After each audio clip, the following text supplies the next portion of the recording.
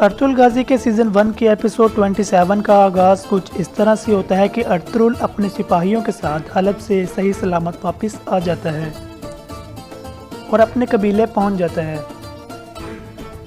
मगर कबीले पहुंचकर वो देखता है कि सब लोग अपने कामों में मसरूफ़ हैं और इनकी आमद पर कोई खुश नहीं होता। उधर सुलेमान शाह अपने खेमे में दस्तरखान पर बैठे खाना खा रहे होते हैं कि इतने में अर्तुल भी खेमे में दाखिल हो जाता है। इसे देखकर सब लोग बहुत खुश होते हैं और खड़े हो जाते हैं और अर्तुल से गर्मजोशी से मिलते हैं। सबसे मिलने के बाद अर्तुल कहता है कि मैंने सुना है कि किसी ने हमारे जवान मारकर इनका इल्ज़ाम मेरे सर डाल दिया है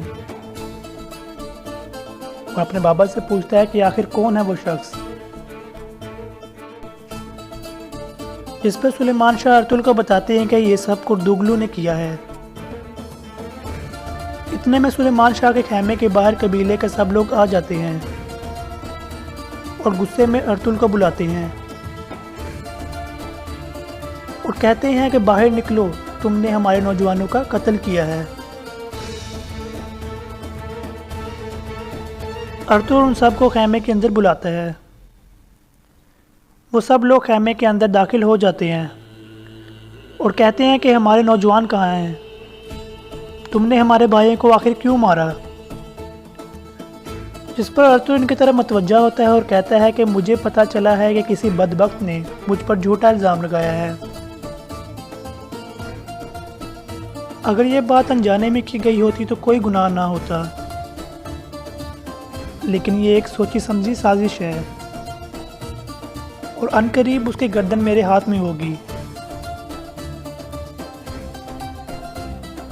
और कहता है कि खुद सोचो, जो बुत प्रस्त मंगोलों और सलीबी काफिरों के साथ मेरे साथ लड़े, क्या मैं अपने ही इन भाइयों को मारूंगा।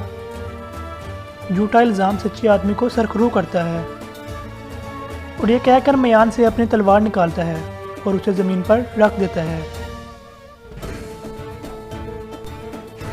और अपनी तलवार की तरफ इशारा करते हुए कहता है कि अगर कोई अब भी इस इल्ज़ाम को सच समझता है तो मेरी तलवार उठाए और मेरा सर कलम कर दे, क्योंकि इस इल्ज़ाम पर यकीन रखने वालों के साथ एक हवा में सांस लेने से मेरा मर जाना बेहतर है। मैं अपना खून उन पर हलाल करता हूँ। जिस पर सब लोग अपनी नज़रें झुका लेते हैं और खेमे से बाहर चले जाते हैं। इसके बाद सुलेमान शाह के खेमे में जिरगा लगता है जिसमें कबीले के मौजूद अफराद शामिल होते हैं। सुलेमान शाह कहता है कि कबीले के लिए नाजुक हालात में मर्दों की तरह कंधे से कंधा मिलाकर खड़े रहने की बजाय बहुत से लोग औरतों की तरह एक दूसरे पर जुबान दराज़ी करने लगे और फिर अर्तुल पर अपने ही कबीले के लोगों का कत्ल का इल्ज़ाम लगाया। ये सब कैसे हो गया।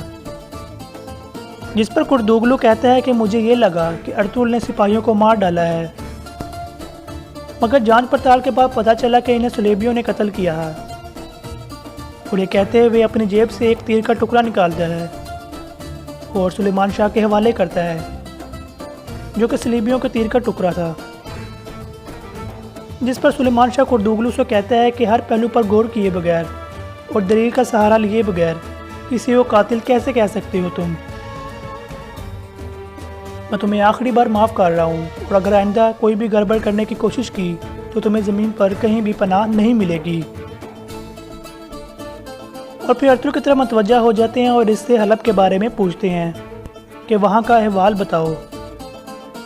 जिस पर अर्तुल बताता है कि सलीबी एक बहुत बड़ी जंग की तैयारी में मसरूफ़ हैं और इनका हदफ खुद को मुसलमानों से छीनना है। इसके लिए वो साजिशों के जाल बुन रहे हैं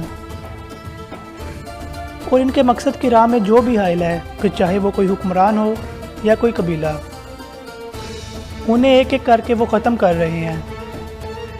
और कहता है कि ये ना भूलें कि हमारी तलवारें घास फूस काटने के लिए नहीं हैं। या तो अपने भाइयों को जालिमों के पंजों से आज़ाद कराएंगे या फिर जालिम का रिस्क बनने को तैयार रहें और अनकरीब तारीख से हमारा नाम मिट जाएगा। जिस पर सुलेमान शाह कहता है कि अर्तुल ने सच्चाई बयान कर दी है और अपने बुज़ुर्गों की तलवार उठाते हुए कहते हैं कि जान का बदला सिर्फ जान ही होगा, हम शहीद या गाजी होंगे।